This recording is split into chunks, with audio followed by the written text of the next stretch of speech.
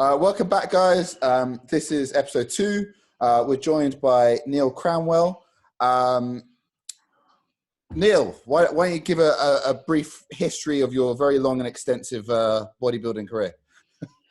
Yeah, okay. Well, I don't know if you've got enough time, but so I mean, I've got referred to recently as one of the dinosaurs in the sport. So that's in the competitive sport days. So I'm 40, coming up to 45 now. And I think my first competition I'd done when I was about 18, 19. And that was in Australia. So I've done pretty much every federation, every standard, either home or abroad. And I think in total, I lost count. I stopped counting when I got to about 50 odd competitions. But I know I've got about 50 or 60 trophies, which are all being homed at Rip Gym in Basildon at the moment, because they just take up too much room in the house and stuff. I mean, having a trophy was like one of the big draws when you first get into the sport.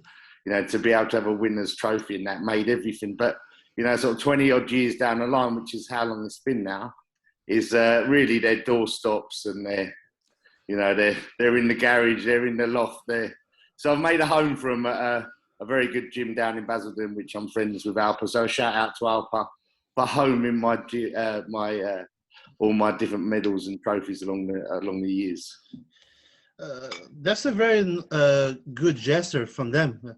Very, very good. I don't see many gyms actually could possibly do that.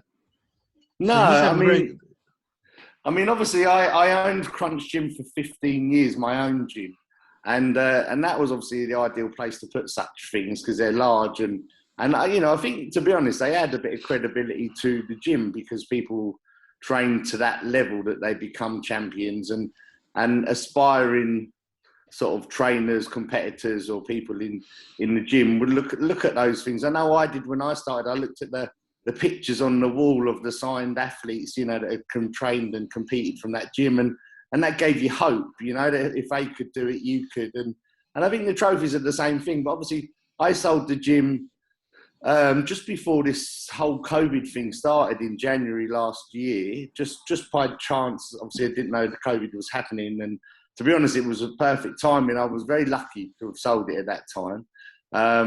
But then I was stuck with almost half a garage full of trophies, which I was training from time to time at Alpa's gym. And if you've never been down there, you've got to check it out. It's probably one of the nicest maintained and best equipped gyms in Essex, if not the country. And they got loads of room, so they didn't mind looking after my trophies, which is great. Got a couple more that I've got to get down there, but the gyms aren't open to allow me to take them down. That I managed to pick up this year through lockdown, where I competed still. Well, that's really good. That's very interesting.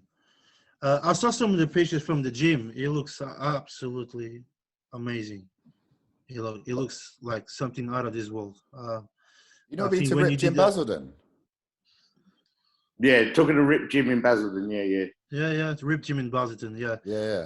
I've heard many things about that gym, but when Neale moved there, and he shared some of the pictures, he did some of his promotion. It looked good though. It looked probably one of the best out there, definitely. Yeah, no, it's a fantastic gym. It's really well looked after, and they've got all the equipment without it being too fancy. My actual home gym that I train at all the time, to be honest, is Monster Gym in Cheshunt, which is which was the home of The Rock. You know, The Rock, when Dwayne Johnson, when he comes over from the States, he often trains there. So if it's good enough for him, it's good enough for me. All right, that's really good. All right, let's jump straight into our questions. One of the questions we have for you, Neale, the hardest injury to recover from. I know you've been very unlucky for quite some time with injuries. Why don't you just list off a couple of the injuries that you've had, and then go in with the hardest one, because you've had quite a story. Yeah, so there's been stories. There's been articles written on my injury list through different publications from like the mainstream newspapers like the Mirror or the Sun, right through to different bodybuilding articles. But basically, where shall I start? So basically, where it all began was I used to ride motorbikes, like, you know, fast motorbikes, and I had a Gixxer GSXR, and I used to ride it to and from work commute, but I used to hammer it like you do. And I had a few accidents on that. I had 4 accidents on that. One of them being like the near fatal one, which paralysed me from my neck down and put me in hospital. And it was a near like life-ending sort of accident where the best way to describe the accident was there used to be an advert on TV that used to say, look left, look right, think bike. Yeah. And then there was a bike that would drive along and he'd fly through the sort of the car window. And that was pretty much what happened. Someone pulled out without looking again towards where the motorbike was coming. And basically it just, it paralysed me from the neck down. So I spent like weeks and weeks in hospital, not knowing whether I'd be able to recover and get any movement back. And they had to reset and replaster pretty much everything from like my jawbone. I had that plated and pinned. Both my arms were pinned and my hands were pinned and plated.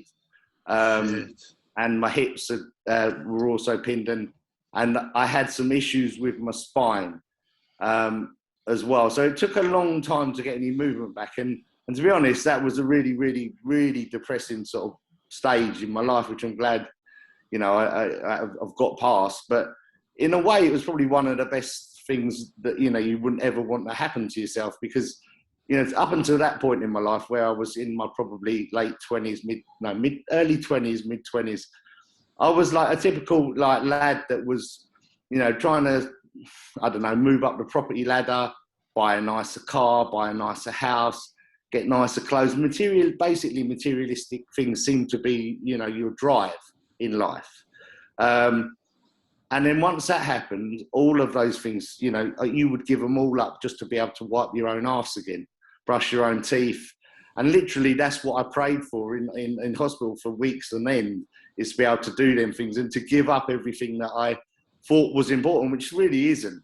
You know, your health is so important. Until you have it ripped away from you, you don't really appreciate how lucky you are. And we moan about, oh, I've got a bit of a sore back, or got a bad knee, I can't squat. And we make up all these bullshit excuses. But, you know, when you can still do them, you're just finding little excuses to work your way out of doing such things. And, you know, at that point there, it made me realise, you know, I need to like grab the bull by the horns if I get the opportunity again, and take things, you know, and don't take things for granted, and just really enjoy life. And to be honest, it put a massive smile on my face, like the little things, the minutiae things in life, which we all take for granted, are hugely, hugely like rewarding when you haven't been able to do them and don't think perhaps you will be able to do them, you know, for a long, long time. So once I got out of hospital, I had to go and live back with my mum.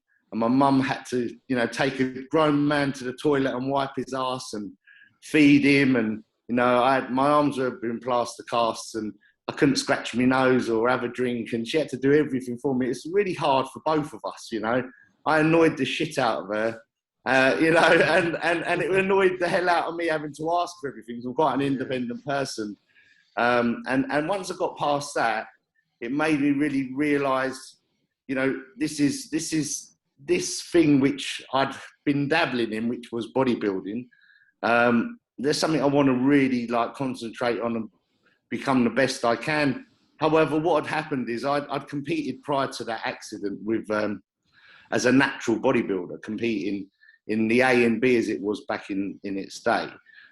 And all the natural federations, going with Muscle Mania abroad and competing at a fairly high level in the natural sort of federations. And but because the injuries were so severe and I was told I'd never be able to write again, I had to learn to write with my opposite hand, and I had to learn to brush my teeth with my other hand, and just things you take for granted. They're just very weird to relearn them when you're in your mid-20s, because where they'd fused bones back together, I didn't have any sort of movement in sort of my wrists and stuff.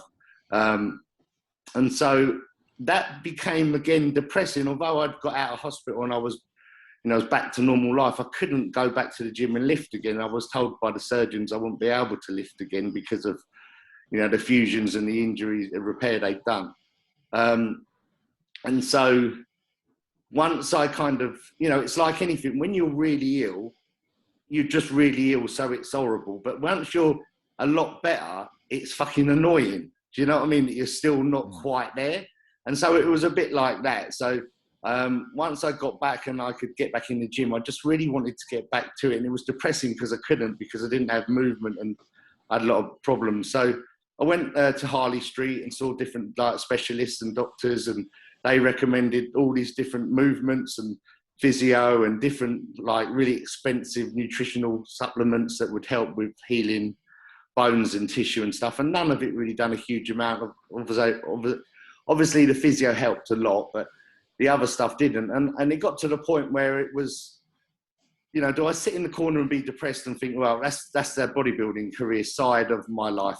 Now I'm just going to have to find something else that, you know, to enjoy doing. Or do I ask the question? So I did. I asked the question to these doctors: is there anything else? Is there anything like pharmaceutical, you know, crossing onto the dark side, away from natural bodybuilding, that could help with repair? And I was recommended by doctors in the field that DECA and growth hormone would be the two things that would help there, but they wouldn't prescribe them and couldn't prescribe them. But they armed me with the knowledge and a kind of protocol that would help in healing from references that they'd had used in the past. And that's really when I sort of crossed over that line and decided, well, if I want to get back into this, even if it wasn't just to compete, but be able to train again to a level that I was happy and enjoyed, I wanted to repair. Otherwise, I could feel myself getting quite depressed, because it had been a long, long road of recovery. It'd been many years. And I was sort of fighting this hope that I'd get back there, and it was starting to dwindle. So, you know, I reached out and I took that opportunity. And, you know, I used to faint at giving blood. So having a needle put in me was a real big thing, you know. I had to lie down. I had to have a lollipop ready because my blood sugar would go. You know, don't look. You know, I was a nightmare. You know, and I got someone that I knew that that I trusted to do the once a week jab of DECA, and the repair that come from that and the healing, just it outstanded. Like, all the surgeons were like gobsmacked that, you know, I was repairing to the level that I was, in the speed that I was. And it allowed me to get back and compete. But now I'd opened a can of worms. You know, now I'd opened that can of worms where obviously I wouldn't compete naturally anymore. But now I was kind of playing with the big boys. And it was like, you know, it opened a different playing field to where I was. So, which, you know, I'd never been one of them anti-steroid people, but at the same time, I was always very health conscious and got into the sport for the health side of it. So, you know, I looked at research and all the healthiest versions of, you know, that side of things to help you progress. And I've been very like mild with use, really, which I think has really led me to be able to still be competing and healthy at 20 plus, 25 years almost competing. So I got back in competing, and literally after I'd done a show or two since recovering from that injury, I ended up having an off season away from bodybuilding, which Rob can relate to because I got into strongman training. And in strongman training, I broke my back at the lower back at the L1, L2 vertebrae point. And so then I was back in the whole recovering, like the problematic, having another year or two out of sort of training and competing, and just lived in the most amount of pain I can really describe for a long, long time. And really the only way to cope with the pain was to take a shit ton of real strong, you know, doctor prescribed anti-inflammatories and painkillers, and I was basically asleep for pretty much a year, you know, because they just knocked me out. But I'd rather be asleep than in pain because it was that unbearable. And I booked in to have spinal surgery after having, you know, about a year of traction and all the rest of the physio stuff that you could have done. But throughout the injuries, rather than being, you know, put back, they've always kind of made me reevaluate things. And use them as a driving force to prove something to myself, that you can do it even with an injury. I think there's something outstanding, considering you've been through some the massive injuries and come out at the end of hand and did what you did in the sport. I think is remarkable, it's inspiring as well. I knew some of your injuries. I didn't know I heard about the motorcycle. I think I read it somewhere in the magazine or something, but now you give us a depth more about it, and it's absolutely amazing. What do you think, Tom? Yeah, I mean, quick question. I mean, I didn't realize that you competed naturally before the whole injuries happened. It did, man. It did. If the injuries didn't happen, would you have still wanted to stay natural, or would you eventually have gone that way, do you think? To be honest, the injuries pushed the decision for me. I was always happy being a fairly top level natural competitor. The only thing I hated and always hated as a natural was no one ever knew I was a bodybuilder. No layman in the street. I never got stopped in Tesco's or got stopped in the men's toilets and asked that told I'm a big lad, all the embarrassing things that we suffer nowadays, and we wish that people would shut the F up, But I remember one of my first competitions as a natural, which was in Australia, because I travelled around Australia for a couple of years, and I decided to compete in Australia because if I'm going to embarrass myself on stage, no one's ever going to know, right? So I'd done this competition in Australia, and I thought I looked great. I basically done all the things wrong that you could do wrong to get in shape, and starved myself into a skeleton, but I went down in lifts, so I was staying in a communal, in a block of flats anyway. We got in this lift, me and my girlfriend at the time, and the lift opened about halfway down, and this guy got in, and I was in shape, and it was a boiling hot day, and we was going to go to the beach before the competition and take some photos. So I'm feeling like I'm on top of the world. I'm going to take on my first competition, finally. And this fella, after the awkward silence, looks at me. He wants to say something, eventually does, and says, "You look in shape, mate. What are you, a runner or a triathlete?" It just absolutely took my knees away from me,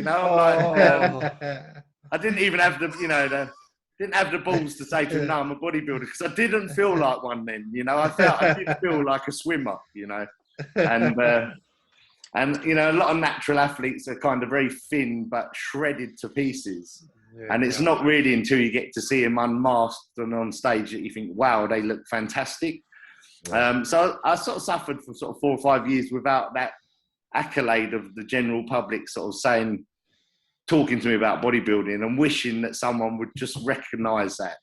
But the injury made me make that choice. I would have happily stayed there purely because I looked at the sport on a health conscious side of things, which is why we all got into it, eating healthy, this, that and the other. And also I wasn't really, I knew what I had to play with. You had food, diet, training and exercise, and that was a variable. So we were on more of an even playing field. Once you sort of cross to the dark side, if you like, it's like who's willing to take the most drugs or can get the best drugs, or, is going to put their health on the line along with, the rest of it. And I didn't want to really have to make that choice, but the choice was made for me, really. So since you're a bit health conscious, what is like a kind of off-season cycle and then a contest prep cycle that you think is the healthiest and stuff that you like? I mean, what I'll do is I'll tell you what I do rather than tell you what I would suggest people do, because obviously I'm not a doctor to advise people to take stuff. I'll just tell you what I've done. And I do get asked that question a fair bit. The thing is, because I've done so many competitions, my off season tends to be my break from cycle. So because I'll probably do maybe 3 to 4 competitions in a single year, then breaks of 3 months or 6 months or whatever between the diet phase, the prep phase, would be the times I'm off gear. So I never really, not for many, many years, have done like a sort of, as I suppose you would put inverted commas, like a bulking cycle. I tend to just eat very healthy, eat the same pretty much year round, and then would use more of the sort of hardening kind of drugs, the more aesthetic looking drugs as I'm into prep. I've never been hugely mad about just being one of these mass monsters, because I think aesthetic still plays a role. And as you get older, you're going to fight a losing battle if you try and do that. Perhaps it's different when you're in your 20s, but and where I come from, a natural competitive background, staying lean and staying in some sort of shape and owning a gym and being a personal trainer, I really believed you should practice what you preach, or almost be like your own sort of business card. So I didn't ever really want to be a big bloater, out of shape, and I never really played that game. But if I do get the opportunity where there's enough of a gap between competitions, which in the last sort of year or so, perhaps there has been now, because I get to pick and choose a little bit more of the competitions now, purely because I've done so many. I can kind of choose the ones that mean more to me now. If I was to use gear like in a kind of off-season stage, I would use, I always think testosterone's a really good base, especially as you get into older years. So I think it should be the base for anyone, really. But, I'm 45, so obviously test levels sort of decline after sort of mid-30s anyway.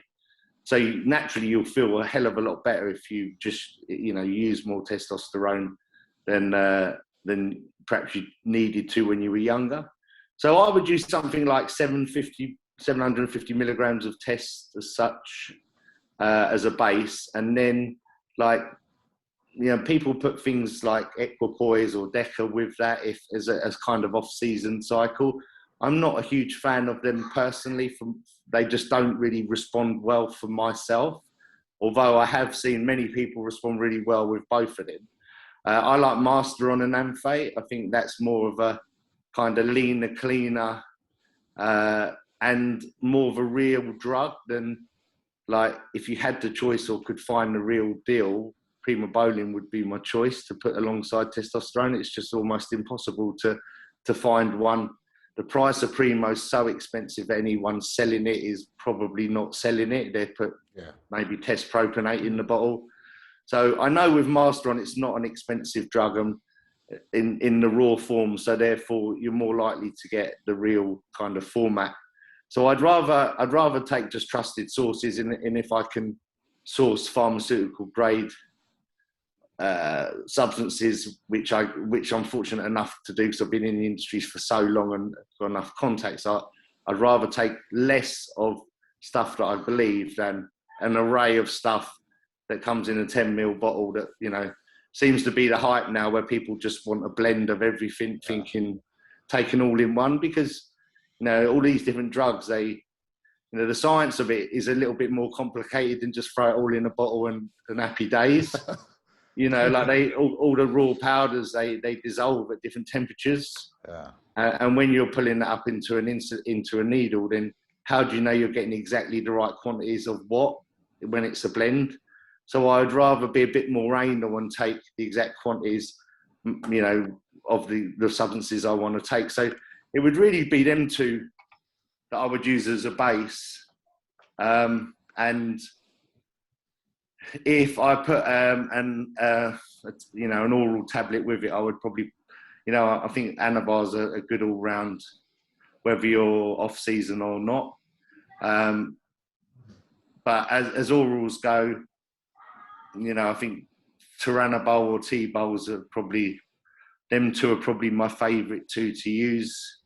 But what I found with myself and with a lot of, a lot of people's feedback is a lot of orals, although they're not very healthy for you, they can upset your digestion and your appetite. So, the feedback from wherever you're using any drug, if it's starting to negate your results, then I think that personally, it's like anything. Like, we can have a bit of fun and have a party for a night and go out and have fun. But if you're abusing that party every night, it become dependent on it. These things don't work so well. So I think, like with anything, I always say to people, you should cook, not fry. So use a little bit like you're cooking, and getting a benefit from it, rather than burn yourself out by frying the crap out of yourself using too much of, too many compounds or too much of a thing. And as I'm older and wiser, I suppose, things like little easy things to spot, like bad skin, side effects like as such, getting puffy, water retention, sore nipples, all of these things that people kind of live with, I think are unnecessary. That's your body's way of showing you that there's a little bit too much toxicity in the system. And it's trying to give you a real simple way of letting you know that. But, a lot of youngsters will just blast through it all and think, well, it's just part and parcel. But then they probably won't end up being in the game for 25 years as I am. So, that's my thoughts on it. But, alongside taking, I'm more of a well-rounded kind of like, when I structure a course, I would put together smaller amounts of a wide range of things. So, I think growth hormone is important at a small dose, not a silly high dose. I think it has a benefit in terms of, especially with your age, but helping with repair and helping with things like the repair in the gym, but also the repair of the muscles from after the gym, but also with things like body fat levels and being able to eat more food and stay leaner. And the same could be said with insulin as well, but just using it sporadically, not being dependent on it and not using huge bolus amounts of it. Like, I think with all of these things, there's a time and a place to them, and knowing how to put them into a plan allows you to continually do them in a healthy way. And then I would get my bloods checked every 5 to 6 months. But I always get them done prior to a competition and then post-competition to see where I'm back at. Just for my peace of mind, really. But also because I've been doing it a long time now, I'm fairly familiar with what amounts do what within me, So that's what I would use kind of in the off season, which isn't anything like sexy or imaginative or like Rich Piana style, where it's all like over the top. But that's what I was going to say. With such a open variety of products people can use, your selection is very basic, and it makes a lot of sense to me. So it's quite valuable information right there. I mean, I think it makes sense to you because you've been in the field as long as me, and you've seen it all. I think Trenbolone's an amazing drug. Works really well for me. For some people, it's not great, but works well for me. And but I would only really put that in a competition period. Right, that's a good one. So what's the transition to the pre-contest? What kind of changes would you make to your cycle then? In the off season. So with them compounds, because it's quite hard for me to say about using an off season cycle because I purely you just like compete so often. I would pretty much start on, say, I think with testosterones, I think they all end up doing the same job. But some people seem to respond better to, say, an enanthate or a cypronate or a sustanon. I think there's also some amount of benefit to front loading as well. So when you first start a cycle, so I think like using an oral for the first, say, 10 days of a cycle is quite a good idea, and something I like to get a response without you using it for the whole cycle period, which becomes unhealthy on your liver. Because as the oils are getting into your system, that may take 1 to 2 weeks in order to load into your system. And you can have more of an anabolic effect by using an oral in that short period whilst the oils are building up. And then I would use testosterone and I would probably use test sip or test enanthate as a base with master on enanthate. And that would pretty much be the first start the cycle for the first perhaps 4 weeks, and I tend to use different compounds every 4 to 5 weeks. So change the SIP to maybe a test and amphate, and change the master onto a master on propionate. I would probably add in trenbolone at the 8-week mark as well, and then add in an oral like Anavar at that point as well. And then when I come into the 4-week mark, I would switch Anavar out for Winstrol, the oral, and I would move on to daily shots at that point. So the total amount creeps up slightly in the final 4 weeks, and estrogens I would start to put in at the 4-week mark as well, to just lower estrogen and water retention and give you that harder look. And then, you know, one thing I tend to do, depending on how I look, is switch out the orals and put in something like, if I'm looking really well with a competition plan, with the training, the diet, and the gear cycle, I wouldn't change anything. I would just run them compounds into the show. Yeah. You know, people think you have to change things in this magic window, this week or 2 weeks, or water load, or throw halo in, or halo testing, or whatever, you know, people have heard of. But if things are looking great, I wouldn't upset the apple cart. I would just carry on that way, because you often enjoy the day a hell of a lot more because you're just on an even like keel. If you're slightly behind, or you're slightly flat and you can't seem to feel, which can happen with my physique, is things switching out Winstrol and putting in an Apollon works very well for fullness for me and hardness for me, but other people would think an Apollon would make them watery. So it comes a little bit with trial and error, and with knowing your body, I suppose, but also knowing how your body's reacting. But the drugs themselves, all the drugs in the world won't, no matter how you string a cycle together, they won't matter if the diet's not in the right place. Yeah, that's exactly our next topic. Yeah. Tell us about your diet. Good But segue. Like you're talking about the pre-contest, tell about your diet and the pre-contest diet, because we all know that condition is your trademark. You know, I've watched you compete for all my entire career. I've competed against you. We trained together. We did a lot of things together, and I watched your dieting. I watched how you look, your condition wise, and regardless of everything, what you stand, you know, a part of everyone. It's always your condition, which is, you're probably one of the most conditioned athletes I've seen on stage so far. So that's obviously down, like most of the part, down to your diet. So tell us a little bit about your secrets of your pre-contest diet.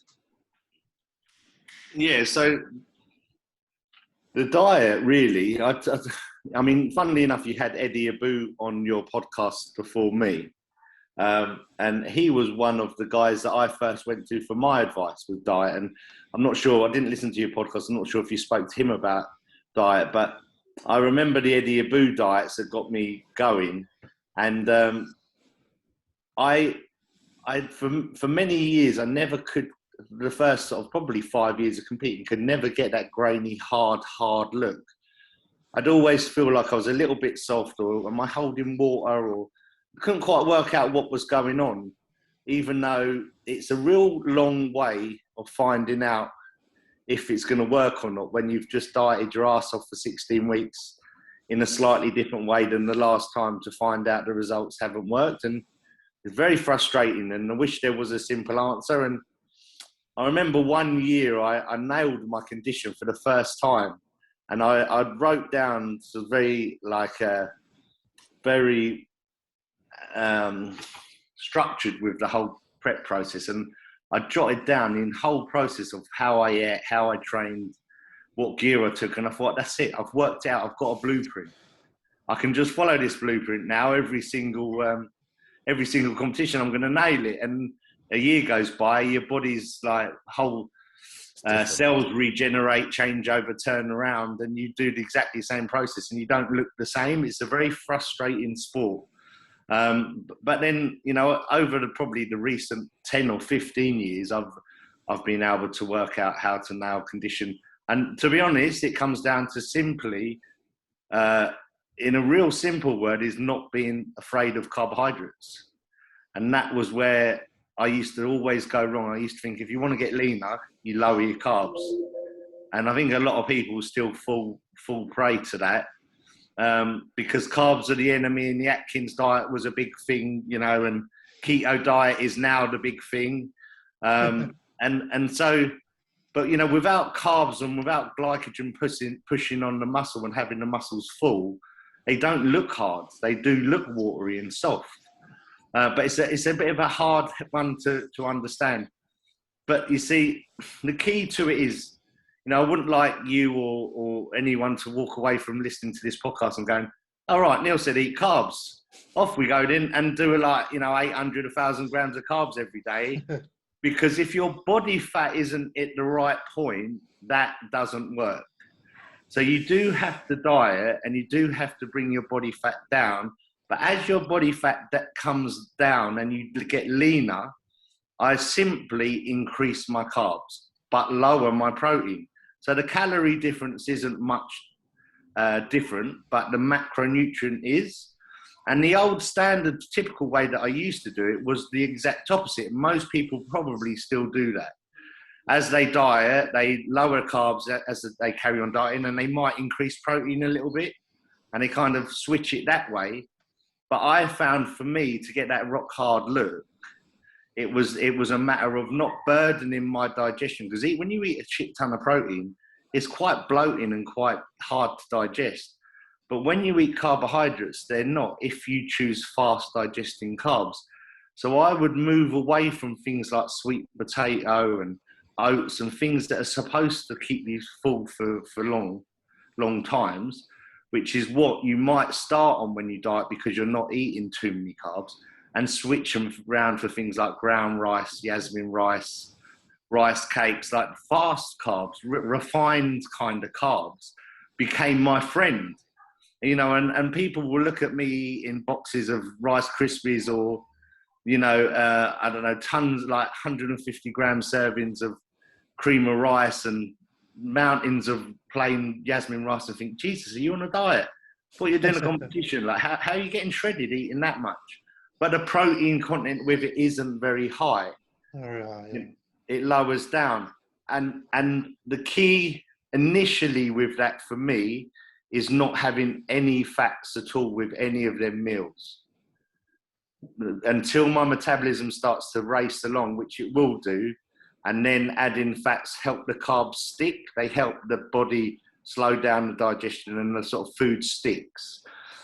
Because otherwise you end up just losing weight and you're eating more than you ever did at the start of the diet. So that's another reason why I can still prep 25 years down the road, because it isn't hard for me. I'm not starving on a diet. I'm eating tons of carbs, so I'm not walking around like I'm like a zombie. Can still, you know, run a business, have a job, look after my kids, because I'm eating carbs like any other day. It's just I take away the fats to make the carbs digest faster, pretty much in a nutshell. So how low do you bring your protein and fats down to, like grams wise? So at the start of a diet, the fats will be zero. There'll be no fats in there apart from I'll use a Nordic fish oil, which I believe is one of the best forms of like a supplemental fish oil. And that's I'll take a spoonful of that twice a day, which is just for your omega-3s, which I found was basically the lowest amount of fat I could get away with eating without noticing problems with, say, like dry skin on my fingertips or my nails and your hair and stuff like that. Not that I've got any hair down anymore. But I noticed that, you know, your nails break and things like that because your fats are so low. And also you get problems with inflammation if your fats are very low. So by having like a spoonful, like a tablespoonful, which is about 10 grams of like a really good like fish oil blend twice a day, that's the most minimum I'd start with. And the protein comes down from about, I'll probably start with it about 150 grams of meat. So that would be red meat or white meat. And because I'm a big believer in white fish as well. So with white fish, obviously it's lower in protein. So I'd have probably 200 grams of that. And then as the diet goes on, that protein amount, they'll all chip down by about 25 grams at a time as the carbs go up. So so at the start of a diet, typically I'd have 100 grams of, say, jasmine rice, which is 80 grams of carbs, and 150 grams of chicken or red meat at a meal with no fats and a small amount of fibrous vegetables. And I'd do that 6 times a day. And then as the diet goes on, the carbs would go up and the protein would go down. And then once I'm really lean, perhaps for the last 6 weeks, 4 to 6 weeks, I'd be adding a spoonful of, say, almond butter or a handful of almonds with each meal. Right. You know, it's quite an interesting point because knowing the way I know you, I think you're the sort of athlete you can actually get in shape regardless what type of diet or training you do, because I know how you are. And this is the way that you found to get yourself in shape. But I also know you use a different protocol in the past, and you also got yourself in a great shape. So. Oh yeah. Yeah, and I know for a fact. Remember, back into 2010, I was with you in Spain, and we use more fats, high protein, less carbs, and you beat a massive lineup, and you won the world championships. You know what I mean? Which is a completely different approach the one you use it now. So 100%, yeah. 100%. So I'm guessing you get in shape regardless what type of diet or anything you do. You know, but you probably just feel more comfortable. I actually think that the whole principle of carbs or macros or whatever really boils down to calories, and which is very old-fashioned, and people try and get away from that now. But I say to a lot of my clients when they're trying to work out how to eat, I say if you look at a plate, like a dinner plate, and use the fist of one of your hands, use one of your fists, and that's your serving of protein. Another fist is your serving of rice or potato, and the third fist on the plate would be a serving of greens, salad, or vegetables. You'll never overeat one food group, and you'll never overeat too many calories from one food group. And it almost always works without you having to weigh food. And so really, I think that's the principle I kind of go by is, so going from what you said, I would have reduced calories, and you have to reduce calories. You have to reduce calories, Otherwise, you can't drop body fat. Do you remember the night before the show? Me and Ricardo were eating a lot of salmon, which is like we were eating a lot of food, and you asked us like, "How the hell you guys eating so much food before you stepping on stage?" Yeah. But you joined us on that day when I think we had a lot of salmon. I think it was a buffet. So you didn't carb up until the day of the show. And you still went on stage looking like very, very full and very conditioned. Yeah, well, that actually stuck with me for, 15 years or how many years since? So every night before the show, it doesn't have to be salmon, but salmon digests very easy. Very easy. So salmon is a great choice, but having a high-fat meal with carbs the night before and salt, that's something I do before every show. Yeah. Yeah, it was just an interesting point. You know, I remember that because I'm interesting to know your new approach or your new approach for your diet now. It seems to work very well because, like I said, you're probably not the biggest guy on stage, but you're always one of the most conditions, and that's the reason why you win so many shows. You know, and that's a good thing, and that's for one thing that people should look into it. You know. Okay, let's talk about cardio, right? The cardio. Yeah, I was about to say, Let's talk about cardio. So what's your cardio approach leading to the show? So my cardio is the same every day of the year. Christmas Day, probably the only day I'd have off now. But I used to do cardio exactly the same every day of the year, which is I'd do an hour, 45 minutes to an hour at a heart rate of about 120 to 130, fasted. So I'm old-fashioned. Like I said, the dinosaur believes in fasted cardio. So I'm a huge believer in that. I don't have any aminos before it.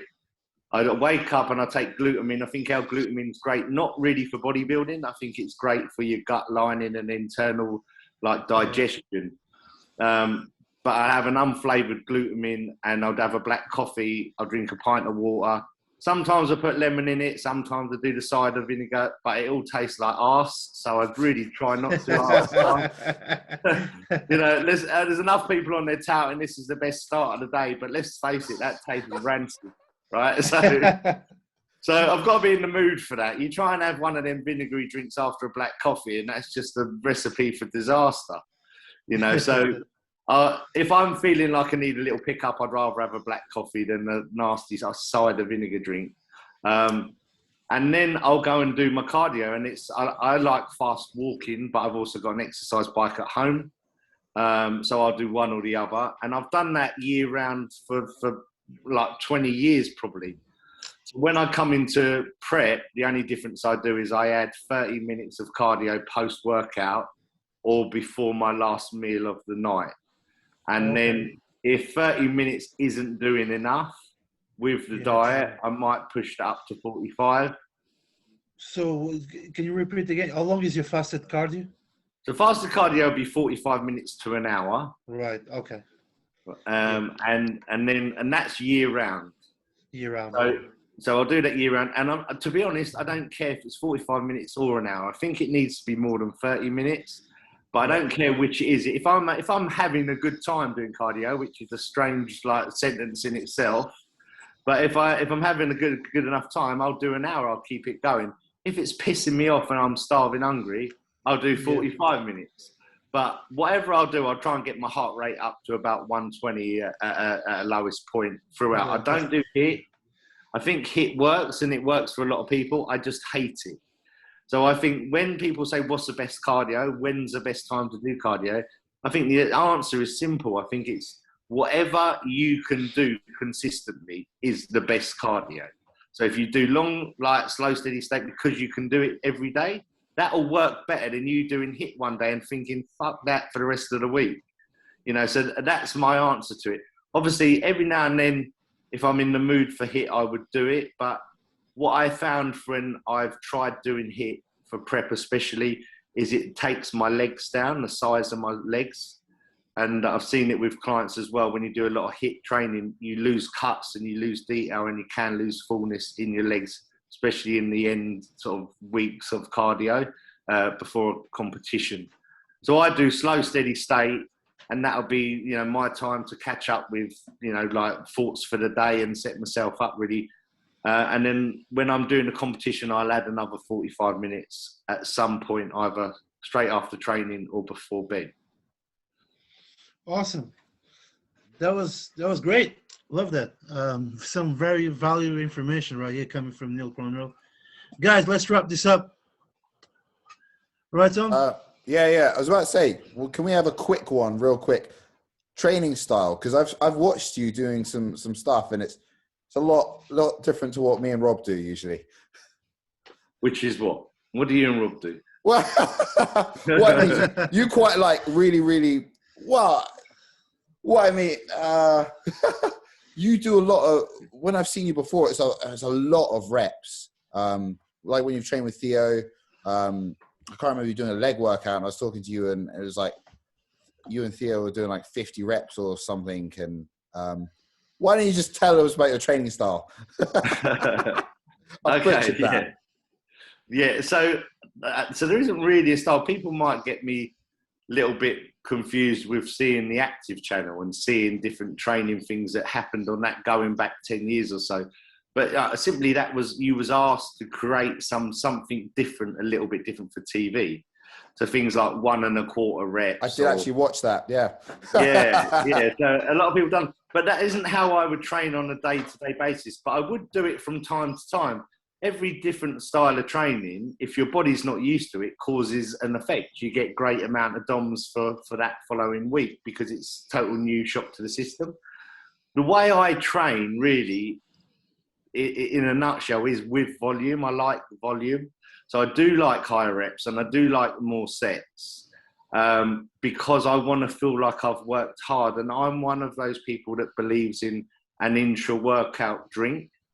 And I think if you're having intra-workout carbs and aminos throughout your workout, you can only really deserve them if you're doing a volume type workout. Because if you're doing like, I don't know, two working sets of 8 to 10 reps and your workout takes 40 minutes, why do you need an intra-training drink? You haven't really worked off the meal you had before you trained. It's not necessary. But I like to feel like I've flogged myself in the gym. The workouts might last an hour and a half, sometimes a little bit longer. And if I don't have an intra-workout drink, I get to the sort of 50 minutes to an hour mark and I start to hit a wall. And that's when people would normally shut their workouts off. But I like to do that bit more, and I like to do the volume. But a typical working set for me would be 15 reps to fail. So to fail at 15, which is a higher number. But that's probably something I picked up actually off Eddie Abu, because that was how he taught likes it too, Yeah, he likes that way of training. He likes that way, yeah. But what I've also found is if you can do 15, sometimes I'll rest pause at 10 seconds and get 50 reps, like you might have saw that time when you saw me in VO train. I'll find ways to take whatever it is to an extreme for the final set. I like the challenge. And the guys that train with me always worry if I've taken a modafinil, which is a supplement which you're now going to want to. Yeah, I know. Because the modafinil is like from the film Limitless, and like your brain has so many ideas in the spare time it's on that you work out the most craziest ways of training. So it doesn't give you actual energy; it just makes your brain really engage into what you're doing. And so I'll find a real hard way of finishing an exercise. And so the boys that I train with enjoy following that, I think. So volume is kind of my thing. But that's also coupled with the fact that I've had so many injuries. I can't go in like a Jordan Peters style or Dorian Yates style training where you do 1 or 2 sets to absolute failure with a really heavy load, because I know at my age and with 25 years of training behind me, I'll simply just rip something.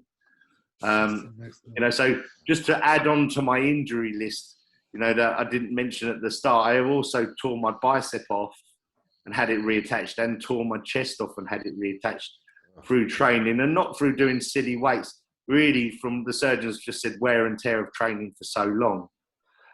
So I'm always aware and cautious of that. So I'd rather do a few more like voluminous working sets before I take one to the absolute balls to the wall. Are you a 5-day or 6-day kind of week person? I've definitely 4 isn't enough. 5's probably perfect for me. I like a Wednesday off and a Sunday, something like that is perfect for me. At the moment with lockdown and that, I would train every day, just because I've got nothing else going on in terms of work. And, once you have a pro card, you have the access to be able to train in the gym. Yeah. I wanted to congratulate you on that. Welcome to the club. I've sent you a message straight after you. It only took you only took you 20 years, man. Listen, exactly. Yeah, and you did well in the first pro show as well. I think you should have won it, to be honest with you. Yeah. I think you should have won it. And it's been a long journey, but congratulations. I was really pleased when you got it. You got it hands down. There was no shadow of a doubt you should have won that. You should have got that pro card a long time ago. But it's great to have you one of the UK WABBA pros. There's not many of us, so it's great to have you on board. And I hope you hit that pro stage. WABBA has several pro shows this year. I watched the calendar last week. I think they got 4 or 5 pro shows this year. So that's something for you to aim for, I guess. Yeah, I mean, now I'll really just pick the ones that have got a little bit more payment at, to be honest, and suit my schedule. But when I finally won that, it was exactly as you said, a long time coming. It was something I actually went off the boil of thinking that I was looking to achieve. I think when people start competing and get somewhere in the sport, they think, well, I'm going for my pro card. But at 45, that ship's almost pretty much sailed. But I would say, and I probably would have thought about slowing that up, but in the last probably 5 years, I've seemed to have improved in terms of my physique every year. And so while the going's good, I just keep going. Yeah, it was brilliant. I watched you. I was so pleased you got it in the end. It's funny because when I got mine, I didn't even celebrate it because it was a 5-year back-to-back, and I was so pissed off because I keep going back there and getting screwed with the fourths and fifths. And when I first got it, everyone's like, "Well, you're not happy." Like, I'm happy, but I just want to get on with my life. You know what I mean? I just want to, like, that's the type of feeling that I had. Happy inside, but pissed off at the same time. That took me that long. Right. What kind of feeling did you had when you got it? Do you know what? Because I've been close to winning these things, you know, and I'd done 2 bros at the British finals, and I won the heavyweight class, and then sort of narrowly missed the pro card in that a few weeks before. It just felt like I'm good, but I'm not quite there, and I didn't quite expect it to actually ever happen, because, like you said, it's been a long time coming, 20 years. You think if you're going to achieve that, it's going to happen somewhere within 10 years, you'd have thought. Right. Yeah. So once it finally made it, but I did deserve to win it, you know, and I knew that I did. Yeah. It was still hard for me to just swallow that, because even though I knew that I deserved to win it, I'm so used to not quite doing it. Because I've watched the video, and you absolutely, like, got smacked. You even, like, kind of pointed to yourself, like, was it me? Did I win it? You couldn't believe yourself that you actually won it. It's quite funny to watch, actually, because you didn't actually quite get it. Obviously, the Italians, they pronounce your name slightly differently than we used to heard it, but your face of expression was kind of like, did I win it? Like, it's it me? Are you calling it me? I found that was like, that was unreal. Because us from the outside, we can, on the lineup, we can clearly see you the clear winner. But you on stage, I don't think you were that you didn't have the confidence that you were the one who were being called out to get the pro card. Yeah, do you know what it was, Rob? I just wanted them to say it twice. That's a good one. Yeah, well, congratulations in hitting the first pro show. You jumped straight into the first pro show, and you took second. I truly believe, not because I know you're a friend of mine, but for looking at the pictures, I truly believe you should have won it. But I'm guessing, like, that was a little bit too good to be true. Like, jump straight back into the pros, win the first pro show. You know what I mean? You know, but you were very close. Yeah. I mean, I weren't expecting to win a pro show. I thought, if I can just get in the top 5 and feel like I'm not out of place, I'll be well happy. And then once I got on stage and realised that what I thought was the threats in the lineup were being called out in 4th or in 3rd, all of a sudden I remember looking at Theo in the audience, and I was almost double taking, thinking, hang about, it's me, and there was a little Spanish guy. And I literally hadn't even noticed him in the comparisons and in the pose off and stuff.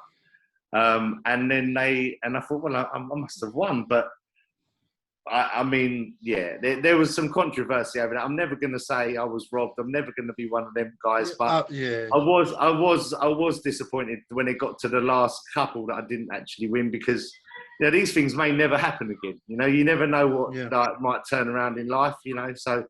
But it definitely has given me, like you said there, enough of an incentive to realise that it's well within my grasp to win next year, you know. So, and I know what I can do to improve that look, and that's what it's all about. And that's why I've still come back year after year, is you want to be a better version of yourself, and I'm sure I can do that. So I'll be back there next year, and I'll make sure that next year or even this year. Oh well, yeah. Sorry, It'll always be this year. Yeah, this year. It's because I've looked at the calendar, and they brought up, like, a lot more shows than they ever done before, and I was like, okay, you know, this looks very interesting this year. It seems like WABBA Pro Division is stepping up in the game.